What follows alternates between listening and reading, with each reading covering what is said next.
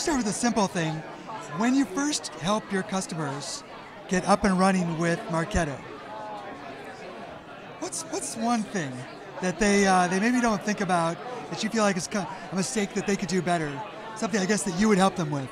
To be honest with you, I think one of the first mistakes that customers make when they're just getting started with Marketo is actually the nomenclature, how they name files in the system.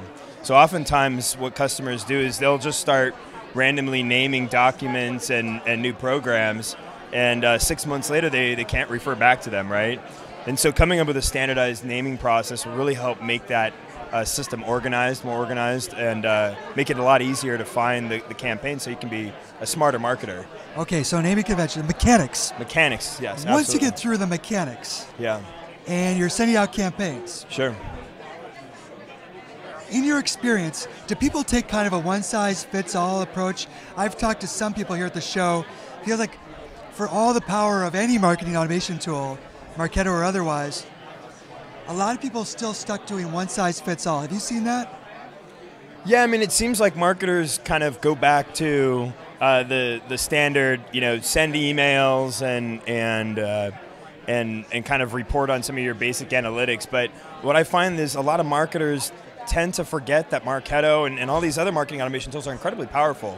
The ability to provide, one of the things that I love to use them for is their ability to provide just invaluable marketing intelligence, right? You have a micro look at every single prospect that comes to your website, where they're coming from, who they are, what companies they're coming from, what are their job titles, and it creates this really fantastic picture that allows marketers to be a lot more intelligent in their marketing. And I think a lot of marketers forget about that. They get into pure execution, send email, when really you need to start gathering that intelligence to be a lot smarter at the kind of marketing that you do. Well, one of the challenges, of course, is that marketers aren't always experts in data analysis. Yeah, absolutely. I'd say that's kind of rare. You might be. Sure. Maybe some of our customers here at Mintigo, but most are not. Sure. So, where are people going to get data about their prospects? And actually, have you seen anybody go so far as to create personas and to divide their prospects up into groups? Yeah, absolutely. That's a really great question. In my past experience over the course of the last several years, both big and small clients, oddly enough, tend to fail at creating that buyer persona. And really that usually has to do with the lack of sales and marketing alignment, right?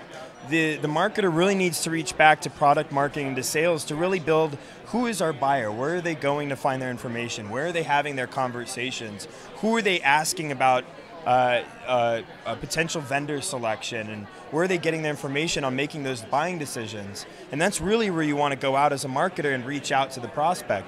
The problem is a lot of marketers these days tend not to do that. They operate in such a siloed fashion. And so you're absolutely right. A lot of the data that you're going to find in Marketo is what an analyst would normally be number crunching and reporting back to the marketer to help them make better, intelligent marketing decisions. And so as a marketer, you really need to perceive yourself as part of the sales organization. And I'm not sure if the sales organization would care for that idea. When people are dividing up and creating nurturing tracks, which is a big theme here at the show. Sure. A lot of sessions and speakers are talking about nurturing tracks. Sure. How are people going about dividing their customers or prospects into different tracks? Like what do you see as the best practice today? Yeah. When I first get into a client engagement, I really like to talk a lot about the customer buying cycle. What are the phases that the customer goes through, the prospect goes through, before they actually make that purchase decision? And then also on the other end of that, through the support model as well. So, when a customer comes to your website, what phase of the buy cycle are they? Are they really just, kind of figuring out that they have a problem, or they already know that they have a problem and they're ready to buy, right? And so I really like to design a lot of my nurture tracks around reaching the customer at the right buying cycle phase so that my content is very relevant and helps to further the close of the sale. That sounds like a big strategic consulting kind of engagement where you do a lot of thinking and you use your marketing intuition. There's a lot of intuition in marketing, right? Obviously, Mintigo is about doing this with data. Absolutely. You've seen some of what we've done. Have you seen some of what we've done? Yeah, absolutely. I would say that Mintigo provides an incredibly unique service in the sense that as a marketer, I'm not relegated to a lot of that guesswork that you were just talking about.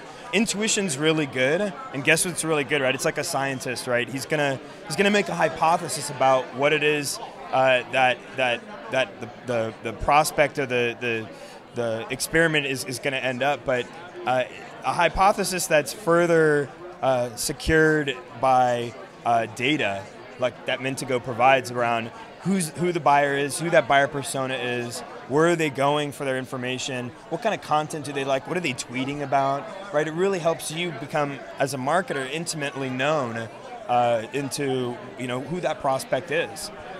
And so I think that's an incredibly invaluable tool. Well, we agree, of course, and we'd like to get more people putting their hands on it. Sure. Because at the end of the day, we can't expect marketers to do all this data analysis, and maybe they can leave it to someone else. Right. Would you do me a favor, John? Would you tell some of your clients and your friends that are working with Marketo about Mintigo and what we could be doing for them? Yeah, absolutely. You've got my word on that, Jason. Okay, well, we appreciate it. Yeah, of course. Thanks for stopping by. Thank you for having me.